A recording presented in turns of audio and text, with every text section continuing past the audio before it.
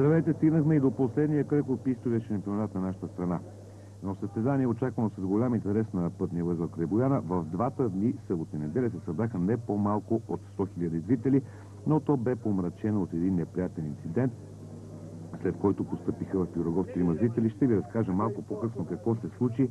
Ще дам думата на един от пилотите, който бе най-близо до происшествието, и на председателя на спортните комисари.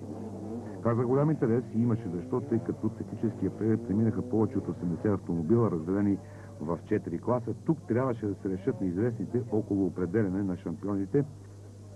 Трасето без дължина 2500 метра, времето бе слънчево и топло. Зрителски интерес подсказа, че на софиянци липсва такъв вид емоции.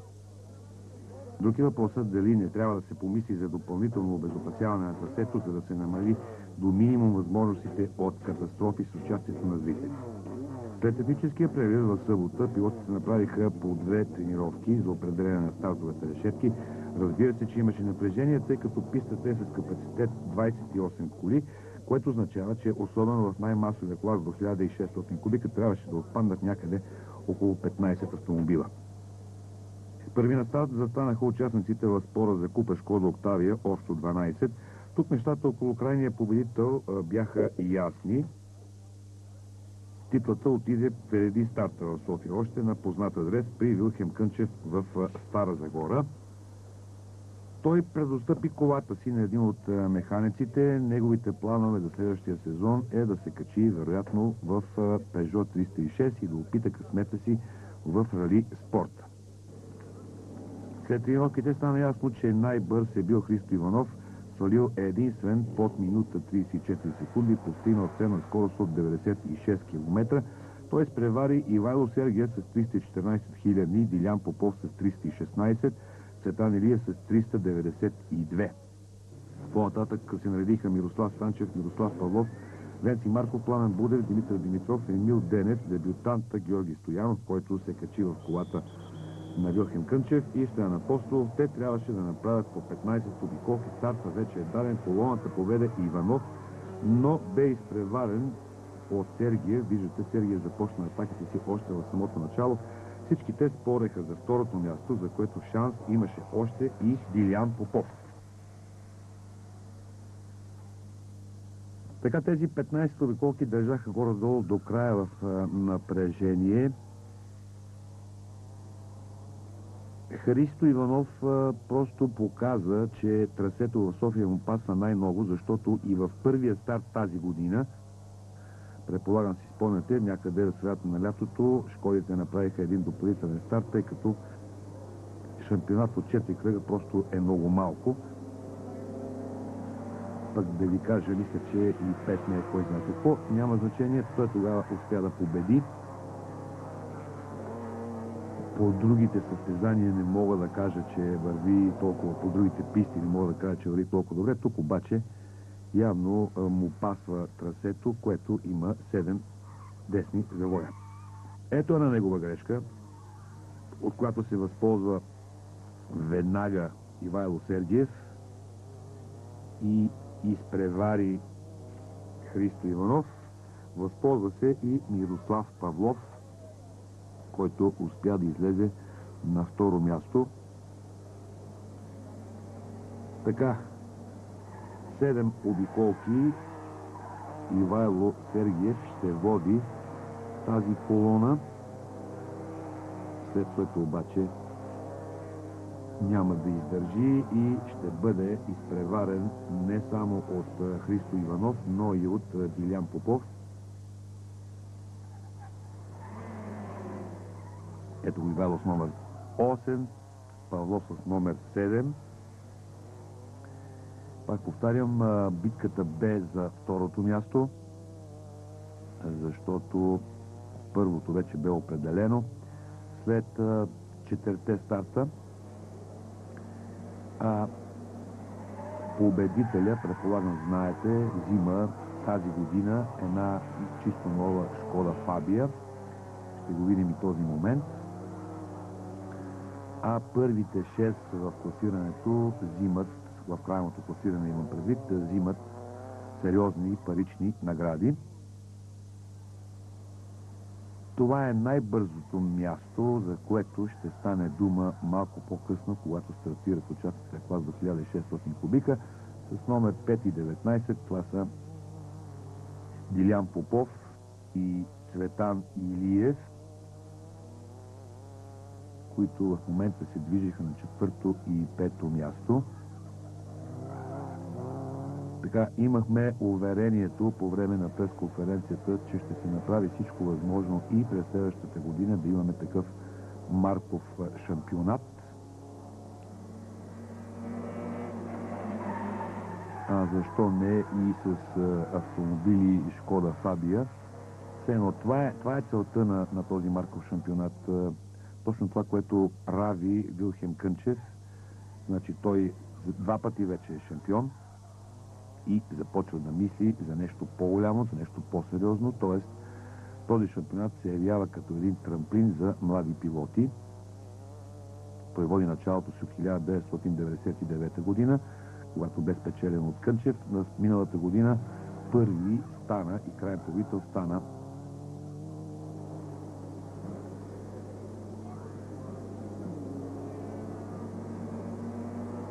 един от добрите ни състезатели.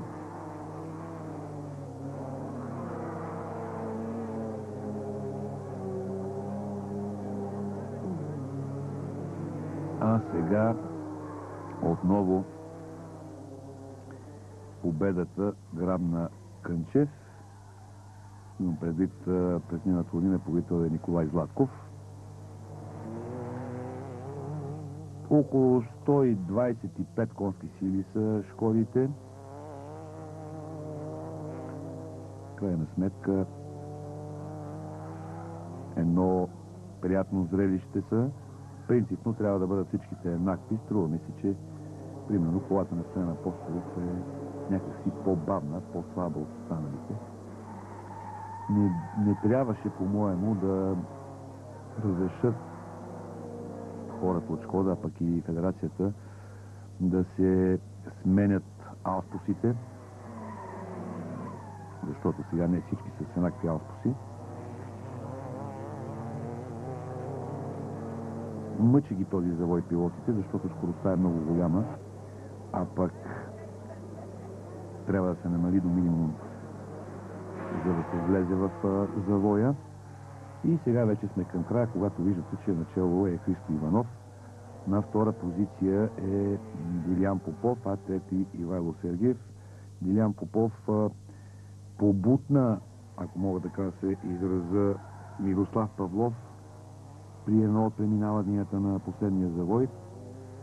Павлов отпадна. А сега виждате, че плътно за Дилян Попов е Цветан Илиев. А тази група се води от Мирослав Станчев с номер 3 и номер 17 Емил Денев.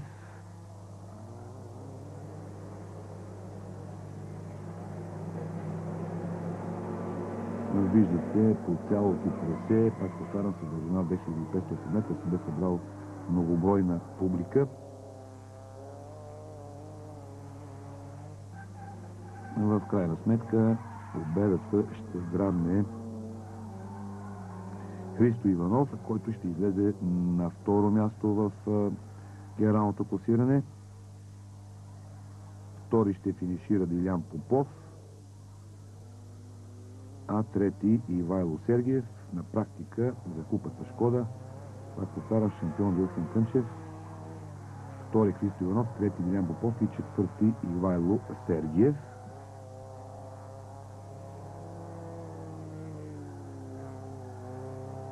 Някъде около 95 км бе средната скорост на победителя Христо Иванов. В началото на годината се заговори, даже присъствах на 2 срещи, да бъде разрешено на пилотите да стартират с сликове, с гладки гуми. В крайна сметка обаче не се стигна до единомислие и отново с съвсем нормални гуми са състезателите, независимо, че Имаше спорове, защото слиховете са скъпи и не всички щяха да имат възможност да си купат.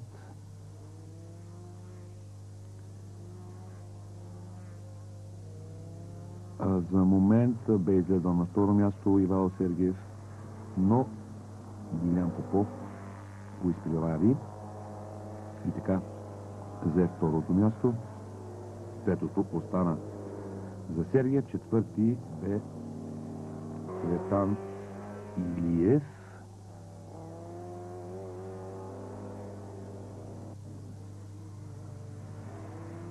Мнозина от публиката се чудеха защо толкова назад се движи Вилхен Кънчев, без да знаят, че той не е в колата и може би трябваше да бъде сменен поне номера. Ето сега първите трима, в ляво Дилян Попов, в дясно Сергиев, а това е Христо Иванов.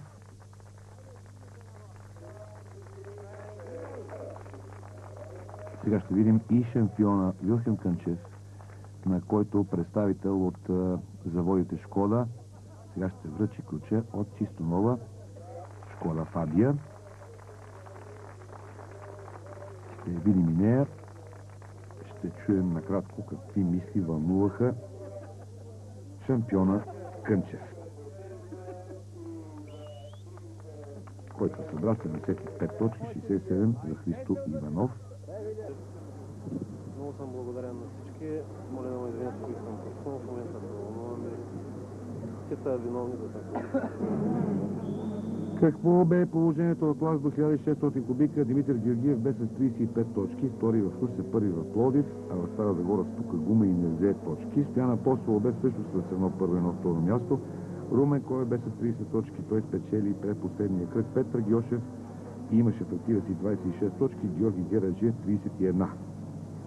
На тренировките най-бърз бе Милчо Стевчев, постигнал средна скорост от 102 км и половина и изпреварял с 128 000 Йордан Тодоров. Място на вторите намериха Румен Коев и Димитър Георгиев, на трета Христо Парашкелов и Цветомир Цанков. Общо 45 изпробваха възможностите си по време на тренировките. Те бяха разделени на две групи. Колоната поведе Милчо Стевчев. В третата обиколка напред излезе Тодоров и точно тогава се случи този инцидент, за който стана дума в началото. Двигателя на Парашкелов не издържа. В пускането към София антифрида му изтече. Това помогна на Светозар Петков с номер 67 да се завърти. Инстинктивно следващия го Алеша Марков направи опит да избяга в дясно. Разбира се, че той не е знал, че тук трасето е хлъзгаво. Колата му се завърта също. Кача се на тротуара, където се върти близо 30 метра. В този момент той удря три момчета от публиката и те бяха откарани в Пирогов. Една неприятна история, защото точно тук ще видите след малко, просто на никой не може да му мине през закъла, че публиката седи на едно много рисковано място. Продължаваше да води Милчо Стевчев, който и миналата година спечели пол позишън, но тогава колата му изгърмя, т.е.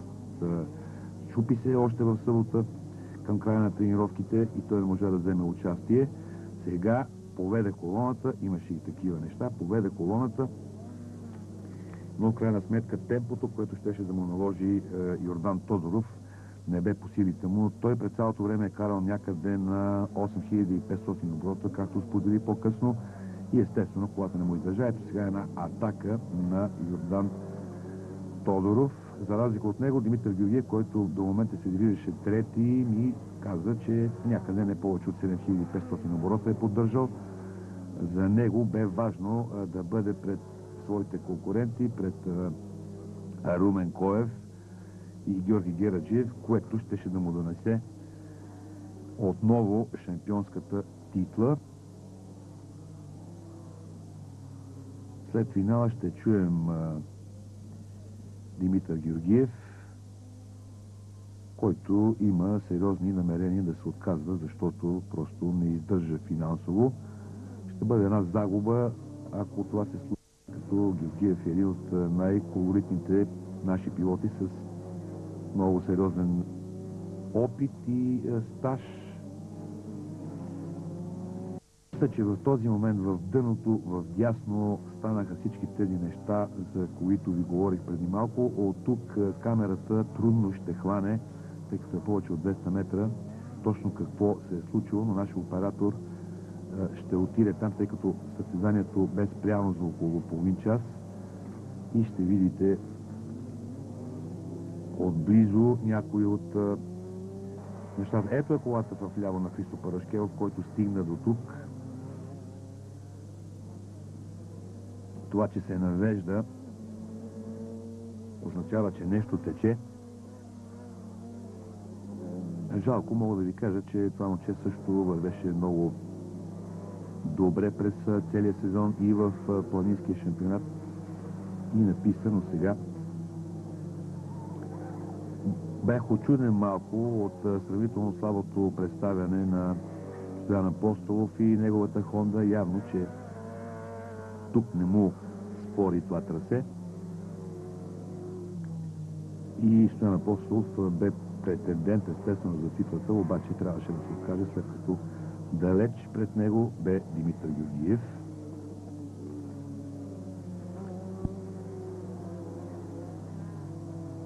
Имаше спорове относно това, не трябва ли да бъдат разделени в двата класа по-отделно, до 1400 и над 1400. Това обаче не е записано в правилника и може би трябва да се помисли, специално когато става дума за писта. И когато се появяват на прегледа някъде близо 50 автомобила, да бъдат действително разделяни. Това ще забави някъде с не повече от 45 минути едно пистово състезание, което ако започне в 10, няма никакъв проблем да свърши до 2. Тогава, когато няма никакви инциденти особено.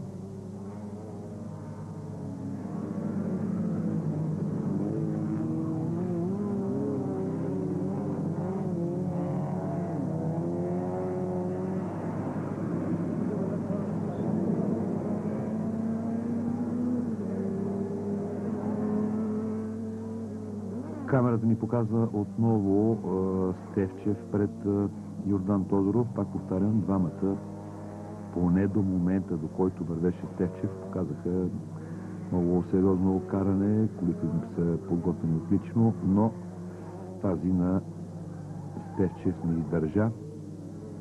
А пък и той по принцип кара само писта и то предимно София. Така че, за разлика от него, Йордан Тодоров участва и в планинския шампионат и има много повече състезания през годината, което му дава възможност така да бъде в по-сериозна форма. Много пъти е ставало дума за това, че състезанията трябва да са много, което, разбира се, пък изисква средства, които в този спорт не много хора могат да си позволят. Ето сега в ляво виждате публиката, която започна да спира колите. Ако там е имало съдия, то той, предполагам, е бил стреснат от всичко, което е видял. Веднага към мястото на събитието се засилиха две линейки. Имаше и лекар, разбира се, на пистата, който да даде първа помощ.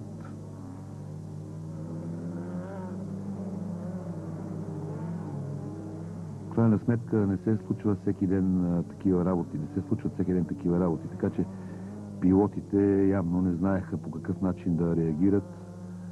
Спря състезанието за някъде от порядъка на половин час. Ето виждате в дясно. Ето това е лекара съчанцата, в дясно виждате линейката, която веднага замина за Пирогов. Едно от момчетата, което може би е най-зле, си е било глътнало езика след удара. Алеша Марков с много усилие е успявал да му отвори устата и да му го извади. Ето за това момче става дума, защото то се е задушавало с глътнатия език. Цялата ръка на Марков бе в кръв, но важното е, че той първи помогна на момчето да... Ето го лекара с бялата коса. Да му извади езика, пак повтарям, и да му позволи да може да диша.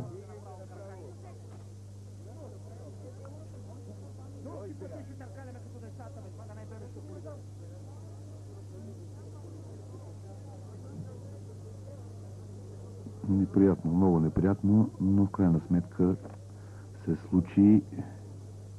Ето и самарата на Алеша Марков.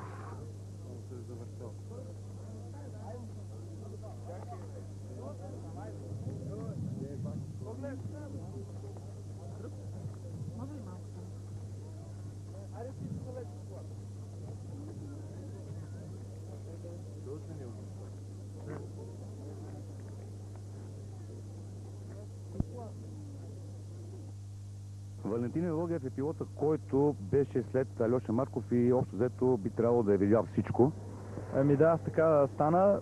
Само с Алешката не можах точно да видя какво стана. Видях, че изхвърча извън трасето. Бях съсредоточен върху момчето, което беше отпред, 67 номер, Светлозар Петков. Той също се завъртя. След него и аз се завъртях и спрях. Колата вече беше в публиката, но никой и съдии нямаше, които да спрат състезанието. И като видях, че всички коли минават покрай мене, аз също продължих.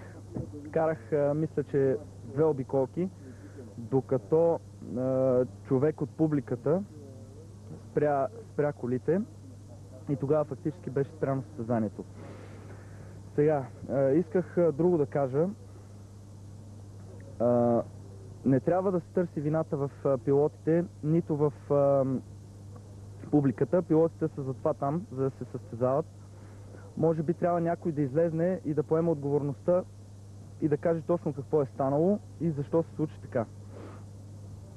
Имаше ли чувството, че там има разлято масло и антифриз? Значи да, това беше причината за инцидента.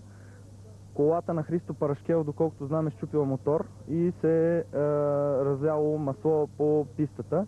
И това фактически беше причината за завъртането. Там скоростта е доста висока, но все пак едва ли скоростта е причина, тъй като 3 коли загубих управление и една от колите на Алеша Марков излетя от трасето, а другите 2, моите и на Светлозар Петков, успяхме да продължиме, но също се завъртяхме там на място. Сега в медиите се появиха неверни данни за Александър Кипрински, който е мой съотборник, че той е бил причина за катастрофата, но това не е вярно. Той беше доста назад и въобще не е бил свидетел на инцидента. Удар между нас, тримата пилоти, които се завъртяхме там, не е имало. Това просто е загуба на управление вследствие на разлятото масло по трасето. Сега нямаше съдии, които да видят, че мотора на колегата е счупен и че се е разляло масло. Нямаше кой да спре състезанието. Чак 2 обиколки след инцидента, хора от публиката се наложи да спрат състезанието. Не знам поради каква причина. С една дума, ако примерно нямаше там разлето масло, нямаше да се случи нещо такова, нали? Трудно вероятно е да стане това нещо, ако няма масло. Каква е приблизително скоростта? Приблизително около 140-150 км. Нека да чуем мнението и на председателя на спортните комисари. Добър ден! Приятно ми е, че имам тази възможност да споделя и аз моите впечатления от това състезание.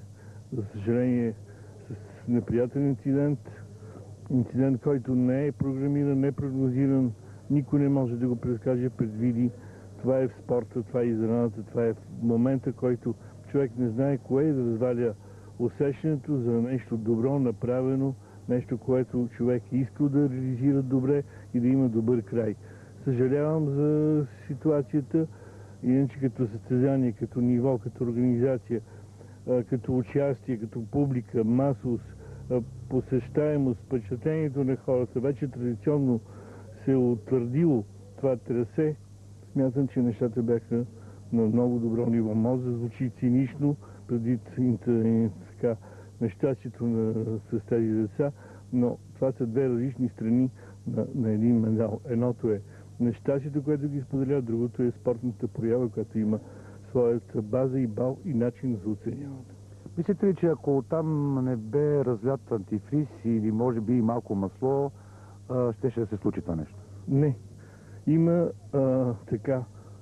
непредвидената ситуация с мотора, който аварира, излиза масло, малко вероятно, излиза антифриз, вероятно прегряване на машина, избива охладителната си система, това се разлива, антифриза е безцветен, трудно се забелязва, никой не може да покаже. Той е, като химик инженер казвам, компонент от един етилен гликол, който е течност по качество подобна на маслото и вода. Т.е. предполага една слаба адхезия, едно възможно ментално подхлъзване на автомобил, което може да бъде предизвикано от най-малката нарядност, при положение, че влиза в лоша контактна повърхност.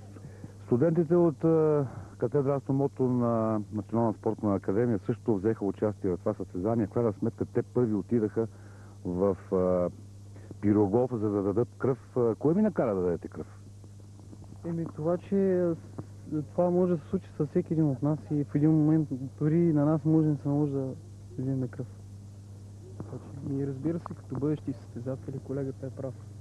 Наистина инциденти в спорта има и трябва да си помагаме. Все пак човешко е човек да даде кръв. Някой беше ли близо до инцидента? От тази група не. Тази група не. Покривахме завоя преди инцидент. Значи нашата група покриваше 3 поста на първия завой след старт финалната права, а инцидента се случи на правата след това. Ние просто, нашата работа беше да дадем жълти флагове след това. Да обозначим, че надолу има проблем. Благодаря ви, желая ви да станете шампиони. И така състезанието продължи след пауза от около 40 минути, като старта бе летящ, кола за сигурността държа 3 обиколки пилотите и аз до ден днешен не мога да си обясня защо настъпиха такива огромни пространства между пилотите. По принцип, може би на някои от тях би се случва за първи път, но би трябвало да са гледали телевизия, за да видят и в Формула 1, и в карцерите, когато пред колоната има кола на сигурността, то всички са заедно, един за друг. Знаете, че нямат право да изпреварят, когато има кола на сигурността, а не да има такива огромни пространства. При това положение никакъв проблем за Димитър Георгиев. Ето виждате къде чак е хондата на Стоян Апостолов. Зад Георгиев бе и Румен Коев. И той караше съвсем спокойно, знаейки, че това второ място ще му донесе победата. Още повече, че ето го Милчо Течев, който успя да издържи някъде 8 или 9 обиколки и мотора му явно не издържа. Жалко, защото те двамата с Йордан Тодоров, който в момента е начало на колоната, поддържаха едно великолепно темпо.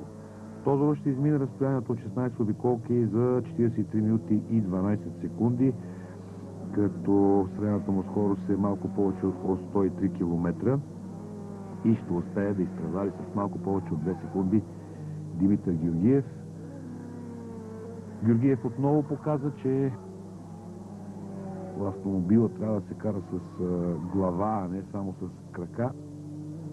В смисъл не направи никакъв опит да се бори за първото място, просто защото то не му бе нужно.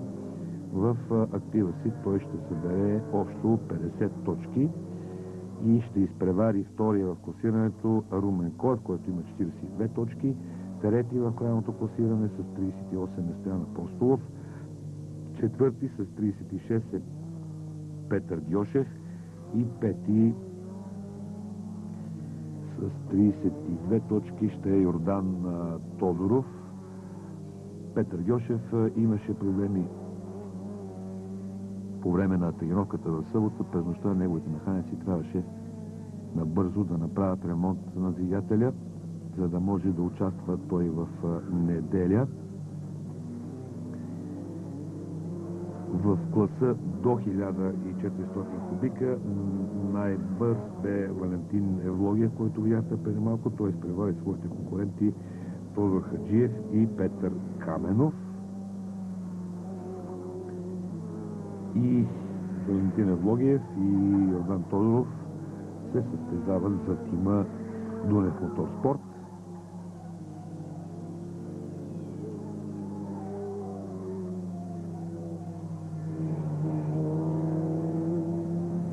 Пак повтарям, не мога да си обясна защо толкова назад бе Стоян Апостолов, за какво изобщо трябваше да се разделят по групи пилотите. Ето го Румен Коев с номер 10 и Петър Гьошев с номер 7, с номер 30. Това е Цветомир Цанков, който в крайна сметка финишира на 5-то място тук в София. Това, че класа до 1600 е толкова масов, просто аз не виждам нищо лошо, напротив. Тогава и тренировките са много по-интересни. Ето ги първите трима. Димитър Георгиев, шампион на писта за 2001 година. Благодаря за честитото, което още не си го казал. Ти според мен никой не изненада. Беше... Поне себе си изненада, защото според мен ще бъде... Мисля, ще бъде много по-трудно, отколкото беше. Но в последствие се видя, че стори, че стана по-лесно дори. Дори когато се рестартира състезанието, имах някакви... Мисля, че може да ме изпреварят от по-задните автомобили, но не успяха. И това място, което взех и от преди 20-та старта, ме устройваше, тъй като ме трябваше да завърша пред Румен Коев и Стоян Апостолов, за да стана шампион. Изпълня го. Доволен съм от задачата, изпълнението и предполагам, че тип, което се го искал за година, съм го постигнал. Това означава ли, че продължаваме със същото темпо и през следващата година? Разбира се, продължаваме до година същото темпо, само че не в автомобилния спорт, а в частния бизнес. Не, ти бизнес имаш и преди това, така че не дей да бягаш. Дано като участвах на някои състезания, успях малко да се поуправя, пък и да съм решил повече да не ходя на състезания, за да мога да се доуправя като хората, защото наистина стана много труден живота, спонсорите наваляха. Добре, сега имаш 6 месеца пауза, през което време ти ще събереш достатъчно пари. И аз ти го желая. Мога да използвам момента да благодаря на тия, които са помогнали през годината за стигна до тук. Примерно Ета Руди 96 шампион, Силстейн от София, но това са магазините на НМ66 от Шумен. До тук спряха май спонсорите и няма повече. И няма и обещания за повече. А като няма спонсори, както обаче сам се издържам, вече няма на къде и затова съм решил до година да повече да не участвам.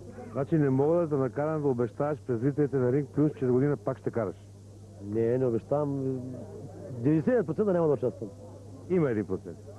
И останали 1%, ако евентуално Лича Голиев каже, воля ти човека с пъртия с нова кола да караш, това вече никой не мога да каже. Не правя всичко възможно. Просто аз няма повече за участие. И предполагам, че за годините, които съм карал, аз карам от 70-та година, съм показал това, което мога. И не вярвам някой да съмня. Помагал съм на тия, които се искали да им помогна.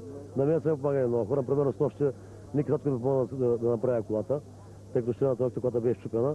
С нощи цяло сме направили в неговия гараж. Благодаря на него, благодаря на другите, но както казах пак, това е положението. Чухте шампиона Георгиев, а ние продължаваме с надпреварата над 1600 кубика. Начало на колоната Илия Царски, както виждате плътно зад него, поне самото начало Тихомир Златков, на трета позиция Иван Маринов. Царски с Форд ВРЦ успя да направи перфектна обиколка в сълата по време на тренировката, като постигна време 1:20,233, което отговаряше на средна скорост от 112 км.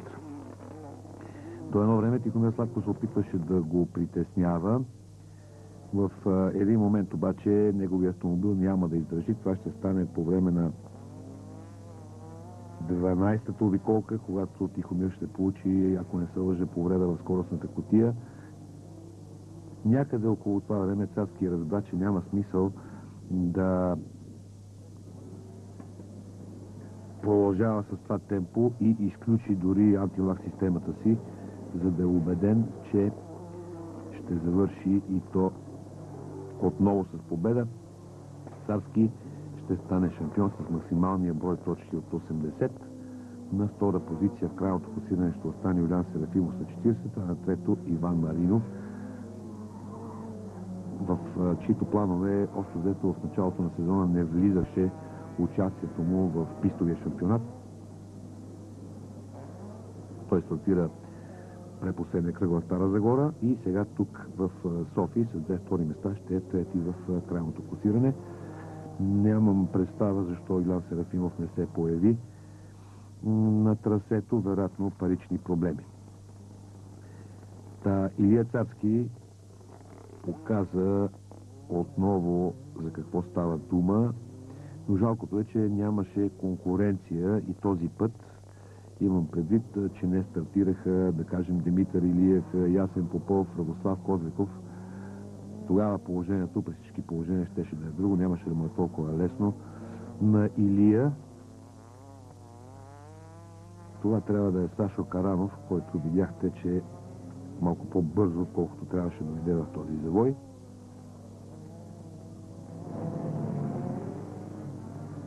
В тази група влизаха и колите от така наречената серия Хобикар.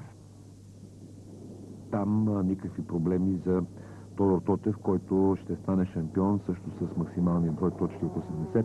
На второ място ще остане Иван Иванов с 42 точки, двамата с автомобили БМВ, а трети Константин Шасов с Опел с 38 точки. Иван Иванов съвсем изненадващо успя да стане шампион в планинския шампионат, просто защото Тодор Тотев пропусна два от кръговете. Ето го сега, видяхте го с номер 4 с БМВ-то. Пред него е Георги Цветков с Ланча, който също получи дефект и не успя да финишира.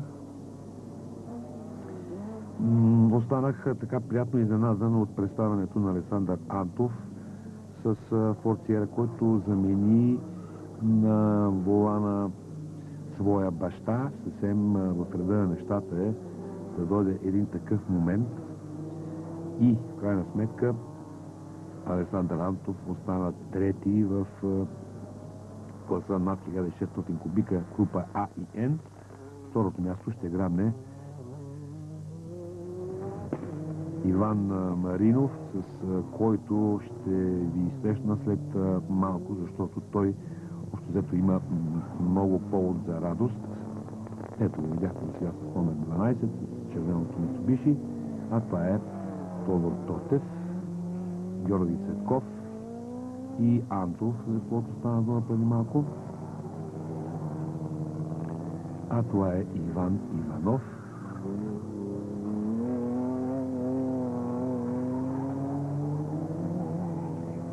А радостното е, че тук не се случи нищо непредвидено.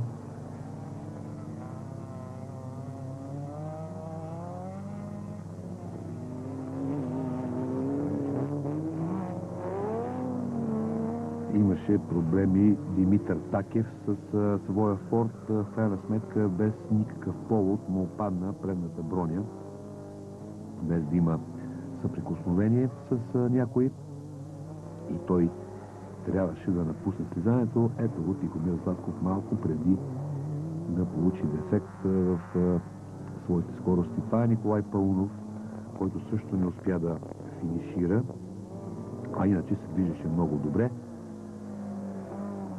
Когато един автомобил е стар, какъвто е, да кажем, колата на Тихомир Златков, просто непрекъснато нещо се обажда. През миналата седмица той приспособи едни полоски от БМВ и, да кажем, там нещата бяха закърпени, но стара болка са му скоростите, независимо от това, че Тихомир много внимателно борави с лоста. Този път скоростите го издъниха и сега виждате номер 54, това е Сани Талчиев с този Опел, как трябваше да загуби известно време.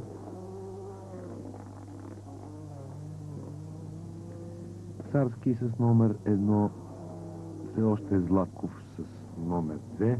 Аз очаквах някъде тук да бъде Димитър Такев. Просто не бе нормално автомобили от група N да са пред него. Но явно, че има някакви проблеми. Номер 9 Мартин Стойчев проблеми, Димитър Такев, а това е Крум Дончев с неговото старо Пежо. Ето го с номер 3 Димитър Такев. Не е нормално пред него да е Сашо Каранов с един сравнително нормален Опел. Първо, сигурно има проблеми. Второ, това е второ състезание за Димитър Такев през този сезон. След две състезания голям пилот. Разбирате сами, че не се става. 43-ти номер Георги Гераджиев, който също малко по-късно ще получи дефект и ще се откаже от състезанието. Илия Царски изпревари с по 2 и 3 обиколки дори някой от конкурентите си. Просто автомобила му е класа над останалите. И по това сравнително леко за него трасе. Сега видяхте Антов, който изпревари Георги Цветков. Пак повтарям,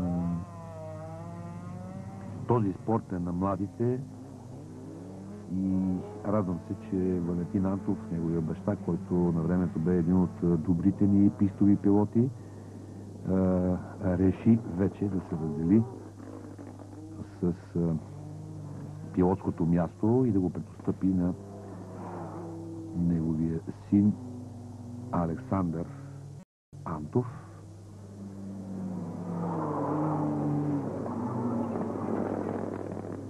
Иван Маринов просто като че ли очакваше, че не всички пред него автомобили ще издържат на това високо темпо и чакаше този момент, когато ще застане на второ място след Илия Царски.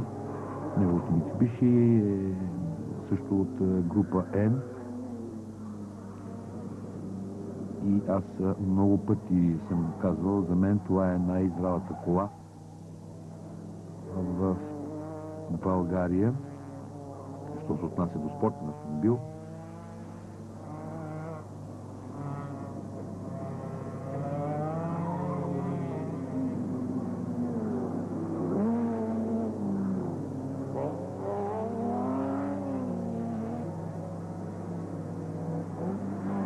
Голяма борба водеха Сани Дарчиев и Александър Христов.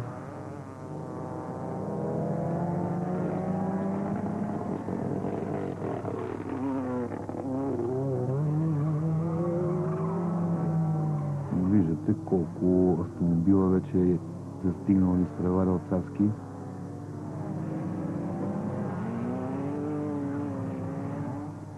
В този момент виждам, че започна да изпушва Форда на Николай Пълнов.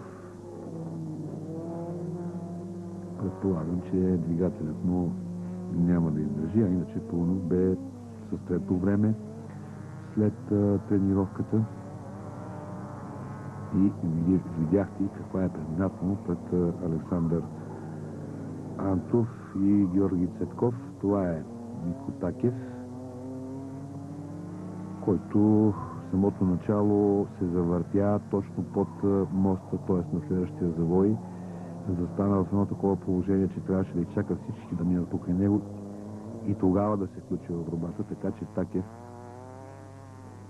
трябваше да изпреварва много коли и беше стигнал някъде до петото място, когато петото място той стигна за 12 обиколки, когато пък, казвам, падна му бронята, остана под колата и той просто нямаше шанс да продължи.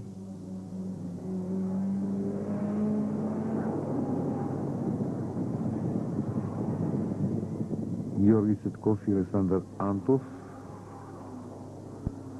Това е Иван Иванов от Стара Загора, шампиона в планинския шампионат.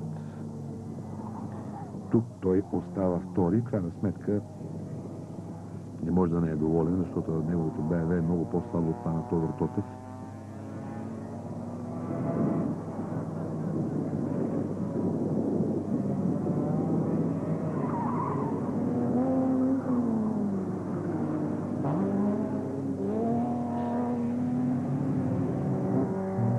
И виждате какво се случи с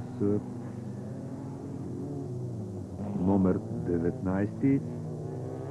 Това е Шкода 120 с двигател обаче на Ауди.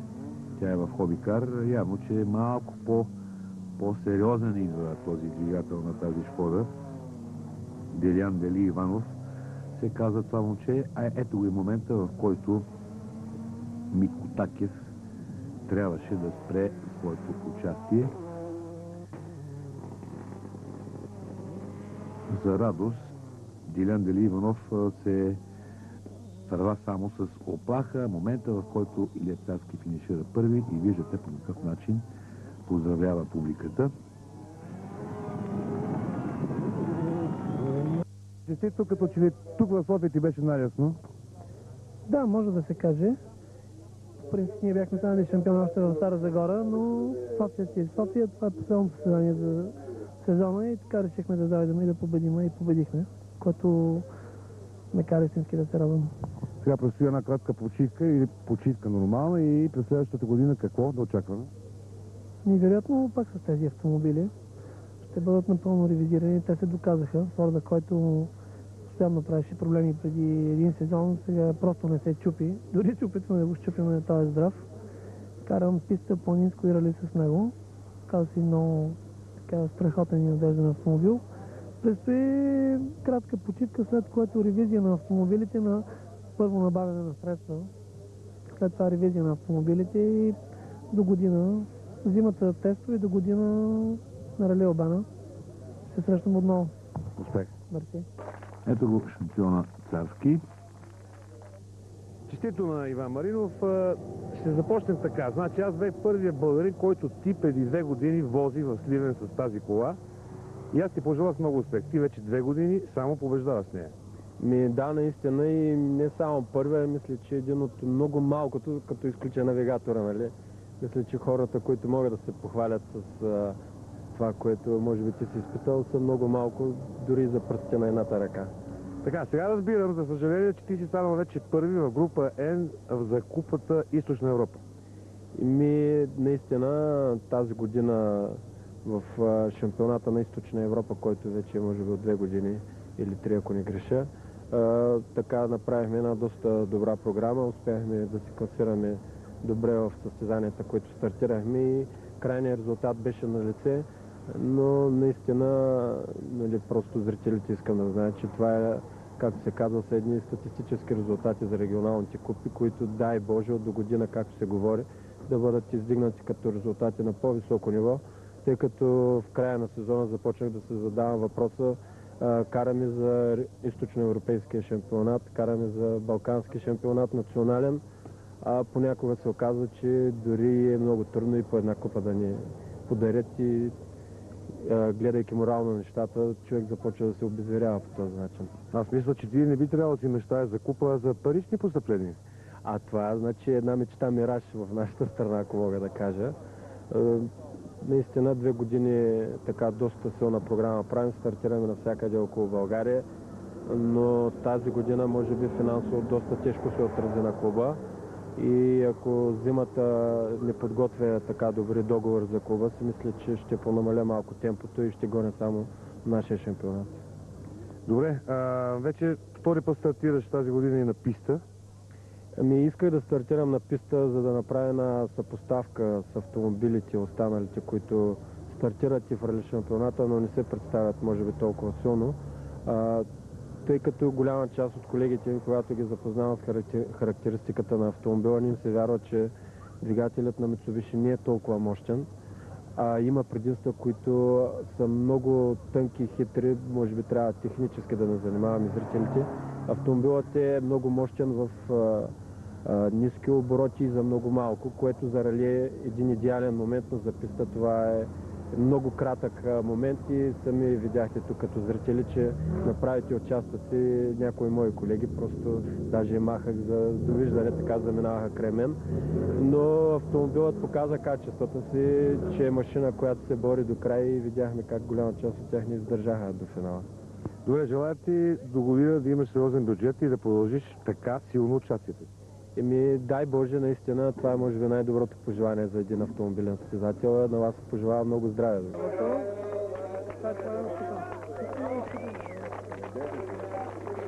Господин Янакиев, отмина още един сезон. Можем ли да бъдем доволни? Трябва да кажа, че най-напред да изкажа моята благодарност, моята и на федерацията, че Ринг Плюс беше съпричастна много добре с автомобилният спорт и направи всичко необходимо този спорт да стане достояние на хилядите зрители. Те бяха, особено днес, може би за първи път, изключително много. Времето помогна да направим едно интересно състезание. Разбира се, дано с този инцидент, който стана, да няма тежки последствия. Като цяло сезона мога да го оценя като добър. 30 състезания направи федерацията. Мисля, че за една такава тежка финансова ситуация, която има изобщо в България, мисля, че е добре. Освен това, резултатите ние виждаме след всеки изминат ден по-добре подготвени състезатели. Радвам се, че навлезаха и млади състезатели. И то главно синове на наши бивши състезатели. Значи има една приемственост. Тя дано продължи и занапред, за да може действително ние да задоволяваме интересите на многобройната публика, която действително днеска за първи път видяхме от много години. Лично аз останах изненадан от факта, че вчера на прегледа пристигнаха 82 коли. Да, този брой е за първи път. Значи явно това е един показател, че този вид, тази дисциплина, пистовите състезания, ние трябва сериозно да обърнем внимание. Затова, защото първо тя е по-евтина като на дисциплина и организация, и автомобили. И трябва да направим всичко възможно. Разбира се, трябва да подобриме трасетата по отношение безопасност и асфалтово покритие, въпреки че днешният инцидент няма връзка с това.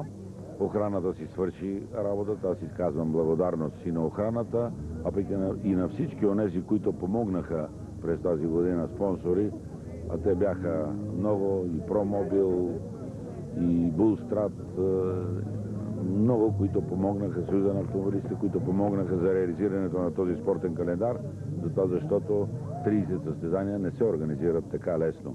Разбира се, искам да благодаря на онези, които от провинцията, ръководство, общински, държавни, които помагат и така съдействат за развитието на нашия любим спорт. В личен план вие имате повод за радост тази година. Какво да ти кажа? Действително... Това е едно признание. Да, аз ти благодаря за този въпрос. Имах и много радостни, и много тъжни моменти. Разбира се, що се отнася за това, което ме питаш. Проведе се конгресът преди няколко дни, той завърши в петък вечерта. С пълно единодушие беше преизбран Макс Модри за още 4 години. Разбира се, бяха избрани и световните съвети за 4 години. Аз попаднах отново и много неочаквано господин Мозли предложи на Общото събрание да бъде избран за вице-президент на един от световните съвети. И това за мен беше една голяма радост, едно признание не само в личен план, а и за една България, която е малка. В ФИА членуват 156 страни и аз намерих място в тези 38 човека. Попаднах и в изпълкома на ФИА, което, както казах, е едно голямо признание за българският автомобилен спорт. Не случайно Макс Мозли, знаеш, че посети 3 пъти България с най-добро чувство и мисля, че ние можем да разчитаме на неговата помощ, особено сега, когато се създаде една фондация на ФИА, която ще подпомага малките страни и аз се надявам, че и ние ще получим някаква помощ в тази насока. И едно пожелание към зрителите на Ринг Плюс. Ами, все така да бъдат активни и да бъдат пред телевизора, защото вие действително показвате много добре автомобилният спорт. Благодаря. И аз ви благодаря, да сте живи и здрави.